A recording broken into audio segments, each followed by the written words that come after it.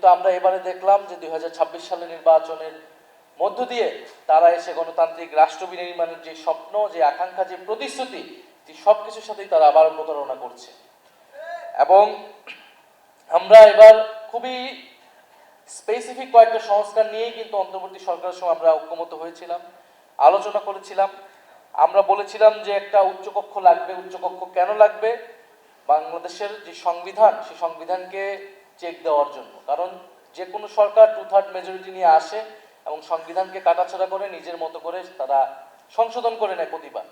ফলে এখানে একটা উচ্চকক্ষের মূল দায়িত্বটাই হবে এখানে সংবিধানকে একটা চেক অ্যান্ড ব্যালেন্সের জায়গায় রাখা, যাতে নিম্নকক্ষে 2/3 মেজরিটি থাকলেও উচ্চকক্ষে যাতে একটা ব্যালেন্স থাকে, একটা ভারসাম্য থাকে, এবং সংবিধান পরিবর্তনের ক্ষেত্রে যাতে গণভোটের ব্যবস্থাও থাকে।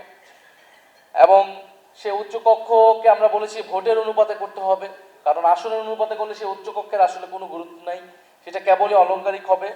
আমরা সাংবিধানিক প্রতিষ্ঠানগুলোর যাতে দলীয় নিয়োগ না হয়, নির্বাহী বিভাগের অধীনে যাতে না থাকে, প্রধানমন্ত্রীর কর্তৃত্বে যাতে না থাকে, আমাদের নির্বাচন কমিশন যাতে নিরপেক্ষভাবে নিয়োগ হয়, আমাদের পিএসসি দুদক যাতে নিরপেক্ষভাবে নিয়োগ হয়, আমরা সেটার জন্য দাবি জানিয়েছিলাম, ঐক্যমত হয়েছিলাম। তত্ত্বাবধায়ক সরকার ব্যবস্থা, যেটার জন্য গত 16 বছর ধরে আন্দোলন হয়েছে এত, সেই তত্ত্বাবধায়ক সরকার যাতে প্রতিষ্ঠিত হয় নির্বাচনকালীন সময়, এবং সেটা যাতে নিরপেক্ষভাবে প্রতিষ্ঠিত হয়, সর্বদলের সম্মতিতে প্রতিষ্ঠিত হয়, এরকম একটা ব্যবস্থা। এবং সবচেয়ে গুরুত্বপূর্ণ বিচার বিভাগ পৃথকীকরণ।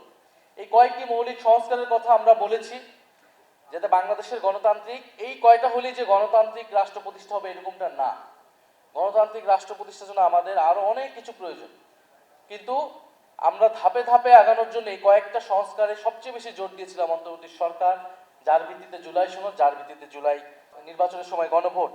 সংশোধনের মাধ্যমে বিএনপি যত সংস্কারই আনুক না কেন, যত পরিবর্তন আনুক না কেন, সেটা টেকসই হবে না, সেটা পরিবর্তনশীল হয়ে যাবে। আজকে তারা ক্ষমতায় আছে, কিন্তু চিরকাল কোনো দল ক্ষমতায় থাকে না। এবং আমি এটা পার্লামেন্টে বলেছি, জিয়াউর রহমান সেই ঐতিহাসিক ভুল করেছিল। বিএনপি তার মূলনীতিও যদি পরিবর্তন করতে চায়, সেটাও যদি সে সাংবিধানিক সংস্কার পরিষদ ছাড়া করে, সেই সংশোধনী কিন্তু যে কেউ এসে বাতিল করতে পারবে, আদালত যে কোনো সময় এটাকে বাতিল করে দিতে পারবে। ফলে এইখানে আসলে 72-এর সংবিধানের এই যে ধারাবাহিকতার নামে এখানে আওয়ামী লীগের যে আদর্শ, আওয়ামী লীগের যে রাজনীতি, সেই রাজনীতিকে পুনঃপ্রতিষ্ঠা করার বা বারবার ফিরে আসার একটা দরজা সবসময় খোলা রাখা হচ্ছে। এবং বিএনপি এবার বুঝে হোক না বুঝে হোক এই কাজটা করছে। ফলে এই কারণে আমরা বলেছি যে যে কোনো একটা টেকসই সংস্কার, একটা নতুন যাত্রা করার জন্য আমাদের সাংবিধানিক সংস্কার পরিষদ লাগবে।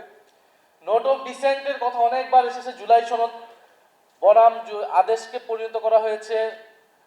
নোট অফ ডিসেন্ট যে কোনো সিদ্ধান্তে আপনারা দেখবেন যে পার্লামেন্টে অনেকগুলো সিদ্ধান্ত হয়েছে, সেখানে অনেক বিরোধিতা আছে, অনেকের বক্তব্য আছে এই সিদ্ধান্তের সাথে আমি একমত না, বা এই সিদ্ধান্ত এরকম হতে পারতো। তার সেই নোট অফ ডিসেন্টগুলো লিখিত হয়, রেকর্ডেড হয়, কিন্তু সিদ্ধান্ত কিন্তু পাস হয়ে যায়। নোট অফ ডিসেন্ট ঠিক এরকম একটা জায়গায় নোট অফ ডিসেন্ট দেওয়াই হয়েছিল, যেটা একটা হিস্টোরিক্যাল ডকুমেন্ট হিসেবে, রেকর্ড হিসেবে থাকবে। এটা কোনো সিদ্ধান্তে কোনো প্রভাব বিস্তার করবে না। কিন্তু জুলাই সনদ যেদিন স্বাক্ষর হয় সেদিন আলাদা করে নোট লেখা হয়েছে সবগুলো, যে যার মানে যেই দল আসবে সেই দল নিজেরাই সংস্কার করবে তাদের মতো করে। তাহলে তো এই ঐক্যমতের বা জুলাই সনদের কোনো আসলে বাস্তবতা থাকে না, প্রাসঙ্গিকতা থাকে না। সেই জায়গা থেকেই জুলাই আদেশ দেওয়া হয়, যে সেই জায়গা থেকে গণভোট দেওয়া, এবং গণভোটের মাধ্যমে কিন্তু জুলাই আদেশ জনগণের সম্মতি পেয়েছে। কারণ এই গণভোটেই জনগণ জুলাই আদেশ মানে কি মানে না সে কথা স্পষ্টভাবে বলা হয়েছে। রাষ্ট্র বিনির্মাণের লড়াই যদি বারবার হোঁচট খায়, তাহলে মানুষকে বারবার আবার রাজপথে নামতে হবে, আবার আন্দোলন সংগ্রামে যেতে হবে, যেটা আমরা চাই না। আমরা চাই দেশের স্থিতিশীলতার স্বার্থেই এই গণতান্ত্রিক সংস্কারগুলো করে আমরা সামনের দিকে আগাতে চাই। আমার সাথে গতকাল একজনের দেখা হয়েছে, যিনি বলেছেন যে তিনি কখনোই ভোট দেন নাই বা ভোট দেওয়ার সুযোগ সে পান নাই। তিনি ঢাকায় থাকেন, কিন্তু তার ভোট হচ্ছে বা তিনি ভোটার হয়েছেন চট্টগ্রামে, কারণ এক সময় তিনি চট্টগ্রামে থাকতেন।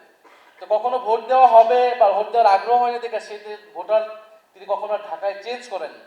কিন্তু এবার তিনি ভোটের দিন রাতের বেলা চট্টগ্রামে নিজে ড্রাইভ করে গিয়ে ভোট দিয়েছেন, শুধু গণভোটের জন্য, হ্যাঁ ভোট দেওয়ার জন্য তিনি এত দূর গিয়েছেন।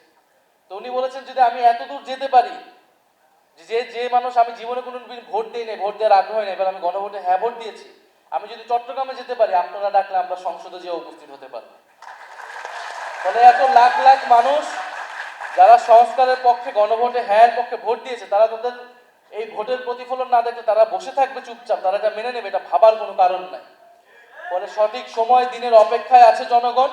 সেই দিনের আগেই যদি সরকার বুঝতে পারে প্রথম অধিবেশনকে সরকার ব্যর্থ করেছে, যে অধিবেশনে আমাদের আলোচনা করার কথা ছিল কিভাবে আমরা এগুলো বাস্তবায়ন করব, অধ্যাদেশ বাস্তবায়ন করব, সেগুলোকে সবকিছুকে বাদ দিয়ে সরকার তার মতো করে সংসদকে পরিচালিত করেছে।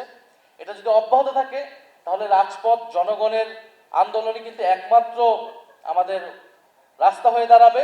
তার আগে যাতে সরকার নিজেদের ভুল বুঝতে পারে এবং গুরুত্বপূর্ণ এই যে সংস্কারগুলো, সেই সংস্কারগুলো বাস্তবায়ন করে।